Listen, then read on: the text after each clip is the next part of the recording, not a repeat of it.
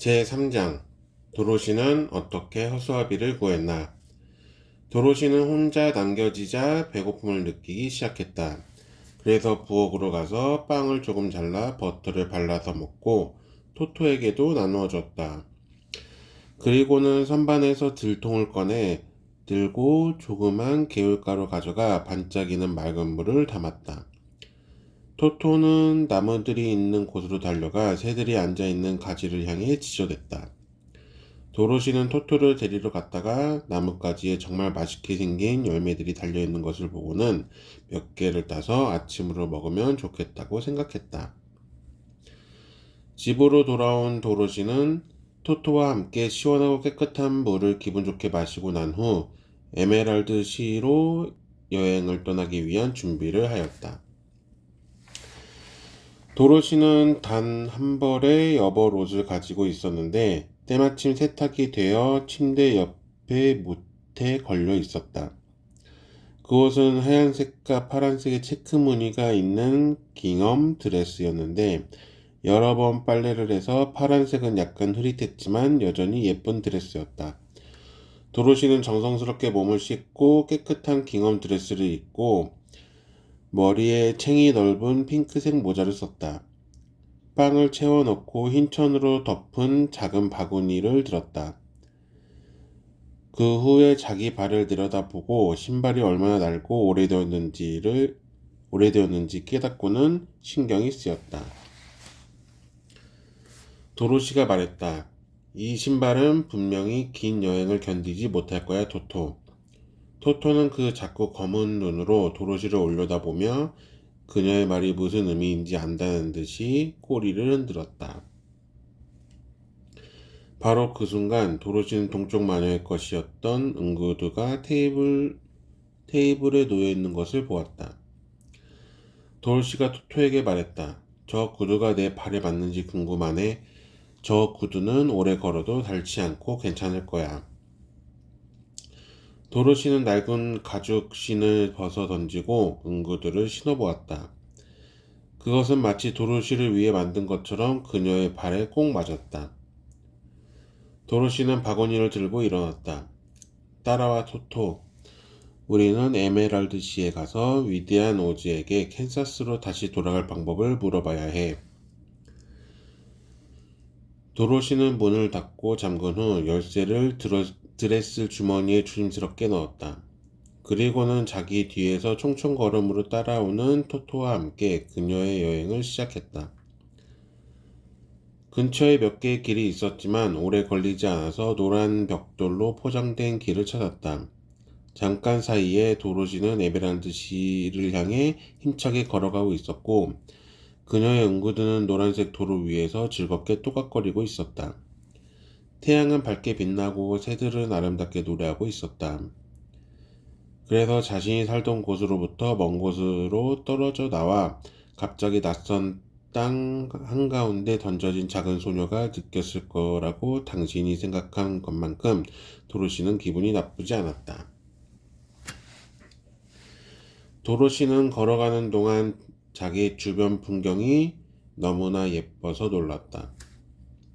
길 옆에는 앙증맞게 파란색으로 색칠된 깔끔한 울타리가 있었고 그 뒤쪽에는 곡식과 채소가 풍성하게 자라고 있는 들판이 펼쳐져 있었다. 먼치킨들은 훌륭한 농부임이 분명했다. 잠시 후 도로시는 어떤 집 앞을 지나게 되었는데 그 집에 사는 사람들은 도로시를 보러 나와 그녀에게 정중히 인사를 했다. 모든 사람들이 도로시가 악한 마녀를 죽이고 그들을 속박에서 풀어준 것을 알고 있는 것 같았다. 먼치킨들의 집은 이상하게 생긴 주택이었는데 둥그런 모양의 지붕은 큰 도무로 덮여 있었다. 이 동쪽 나라에서는 파란색을 가장 좋아하는 듯이 모든 집들이 파란색으로 칠해져 있었다. 저녁 무렵 도로시는 오랫동안 걸어서 피곤해지자 어디서 밤을 보내야 할지 고민하기 시작했다. 그녀는 다른 집들보다 큰 어떤 집을 향해 갔다. 집 앞에 푸른 잔디 위에서 많은 남녀가 춤을 추고 있었다. 5명의 연주자가 아주 크게 연주를 하고 사람들은 웃으며 노래하고 그 옆에 커다란 테이블에는 맛있는 과일과 파이, 케이크, 그 외 먹음직한 것들이 가득 있었다. 사람들은 도로시를 반갑게 맞이하며 저녁 식사에 초대하고 자기들과 함께 밤을 지내고 가라고 했다. 여기는 먼치킨들 중에 부자인 한 사람의 집이었는데 그의 친구들이 모여서 악한 마녀의 속박으로부터 자유롭게 된 것을 축하하는 중이었다. 도로시는 보크라는 이름의 부자 먼치킨이 옆에서 직접 시중을 들어주어 마음껏 저녁을 먹었다. 저녁 식사 후에는 안락의자에 앉아서 사람들이 춤추는 것을 구경했다. 보크가 그녀의 응구들을 보더니 당신은 위대한 마법사인 게 분명해요 라고 말했다. 왜 그렇게 생각하세요? 하고 도로시는 물었다. 당신이 악한 마녀를 죽이고 그녀의 응구들을 신고 있기 때문이죠. 게다가 당신은 하얀 드레스를 입고 있죠. 마녀와 마법사만이 흰색 옷을 입어요. 그러자 도로시가 옷에 주름을 펴면서 말했다. 내 드레스는 파란색과 흰색이 섞인 체크무늬예요. 보크가 말했다. 그렇게 입고 계시니 정말 고맙습니다. 파란색은 먼치킨의 색이고 하얀색은 마녀의 색이죠. 그래서 우리는 당신이 우리에게 우호적인 마녀라는 걸 알았어요. 도로시는 모든 사람들이 자기를 마녀라고 생각하는 것에 대해 어떻게 말해야 할지 몰랐다. 그녀는 자신이 단지 회오리 바람에 의해 낯선 땅에 오게 될 기회를 가진 평범한 작은 소녀일 뿐임을 너무나 잘 알기 때문이다. 도로시가 피곤해하자 보크는 그녀를 집 안으로 데리고 가서 예쁜 침대가 있는 방을 주었다. 파란 천으로 만들어진 침대 시트 안에서 도로시는 아침까지 단잠을 잤다. 토토도 그녀 옆에 있는 파란 양탄자 위에 몸을 둥글게 말고 잠이 들었다. 도로시는 아침을 배불리 먹은 후에 아주 조그만 먼치킨 아기가 토토의 꼬리를 잡아당기고 환성을 지르고 크게 웃으며 토토와 함께 노는 것을 보면서 아주 즐거워했다. 토토는 개를 한 번도 본 적이 없는 이곳의 모든 사람들에게 아주 좋은 호기심의 대상이었다. 도로시가 물었다. 에메랄드 씨는 여기서 얼마나 먼가요? 보크가 진지한 목소리로 말했다. 그곳에 한 번도 가본 적이 없기 때문에 저도 잘 몰라요. 오지에게 볼 일이 없다면 가능한 오즈로부터 떨어져 있는 게 좋거든요. 하지만 에메랄드 시로 가는 길은 여러 날이 걸리는 꽤 먼 길입니다. 이 나라는 부유하고 즐거운 곳이지만 당신이 목적지에 도달하기 위해서는 힘들고 위험한 곳을 지나야만 할 거예요. 이 말에 도로시는 약간 걱정을 했지만 위대한 오즈만이 그녀가 캔사스로 돌아가는 것을 도와줄 수 있다는 것을 알기 때문에 발길을 돌리지 않겠다고 굳게 결심했다. 그녀는 친구들에게 작별을 고하고 노란 벽돌길을 따라 다시 걷기 시작했다. 몇 마일 정도를 걷고 난 후 도로시는 잠시 쉬기로 결정했다. 그리고는 길 옆에 있는 울타리에 올라가 앉았다. 울타리 뒤쪽으로는 굉장히 넓은 옥수수 밭이 있었고 멀지 않은 곳에 익어가는 옥수수를 새들로부터 지키기 위해 장대 높이 걸려있는 허수아비를 보았다. 도로시는 손으로 턱을 받치고 앉아 그 허수아비를 주의 깊게 바라보았다.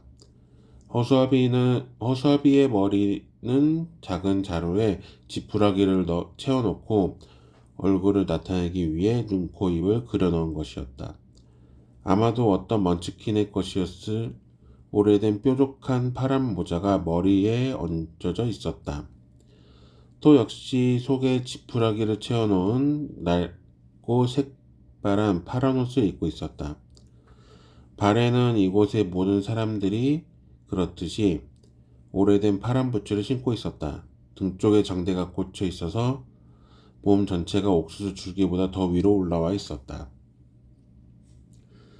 도로시가 괴상하게 그려진 허수아비의 얼굴을 뚫어져라 쳐다보고 있는데 허수아비의 눈 중에 하나가 천천히 그녀에게 윙크를 하는 바람에 깜짝 놀랐다.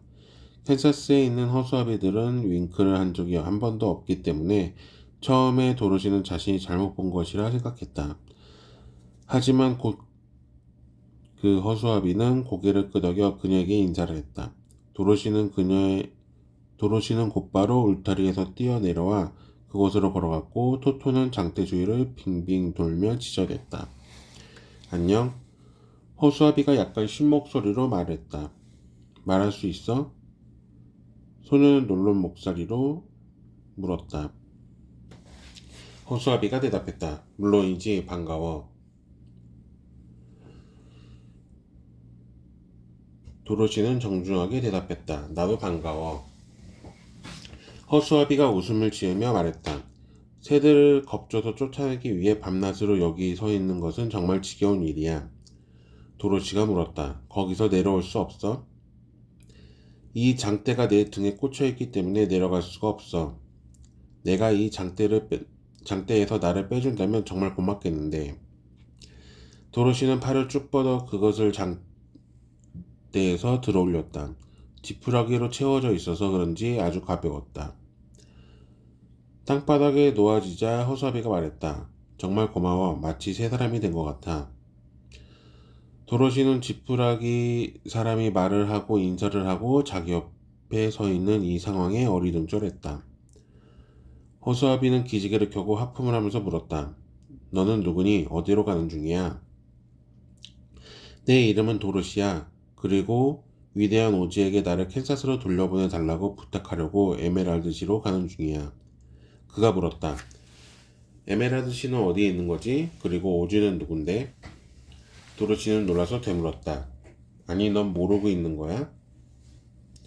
그가 슬픈 목소리로 대답했다. 응, 정말 몰라. 나는 아는 게 하나도 없어. 너도 보다시피 난 지푸라기로 채워져 있어서 내가 전혀 없거든. 오, 정말 미안해. 허수아비가 물었다. 만약 내가 너와 함께 에메랄드 시에 가면 오즈가 나에게 뇌를 줄까? 도로시가 대답했다. 알 수 없지. 하지만 내가 좋다면 나와 같이 가도 돼. 만약 오즈가 너에게 뇌를 주지 않는다고 해도 너는 지금보다 더 나빠질 건 없을 거야. 그래, 그게 사실이야. 하고 그는 목소리를 낮춰 은밀히 말했다. 난 내 몸과 팔, 다리가 지푸라기로 채워진 것에는 별로 신경 쓰지 않아. 하지만 왜냐하면 난 다치지 않기 때문이지. 만약 누군가 내 발가락을 밟거나 핀으로 나를 찌르더라도 난 그것을 느끼지 못하기 때문에 문제가 되지 않아. 하지만 난 사람들이 나를 바보라고 부르는 것은 싫어. 만약 내 머릿속에 지푸라기 대신 너처럼 뇌가 있다면 어떻게 그걸 모를 수가 있겠어?